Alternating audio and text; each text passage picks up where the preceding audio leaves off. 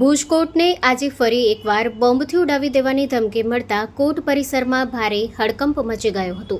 મળતી પ્રાથમિક માહિતી મુજબ ધમકી મળતા જ સુરક્ષા એજન્સીઓ તાત્કાલિક સક્રિય બની હતી અને કોર્ટ પરિસર ખાલી કરાવવાની કાર્યવાહી હાથ ધરવામાં આવી હતી। ઘટનાની જાણ થતાં જ પોલીસની ટીમ તાત્કાલિક ઘટના સ્થળે પહોંચી અને સમગ્ર કોર્ટ પરિસરને સુરક્ષિત બનાવી તપાસ શરૂ કરવામાં આવી હતી।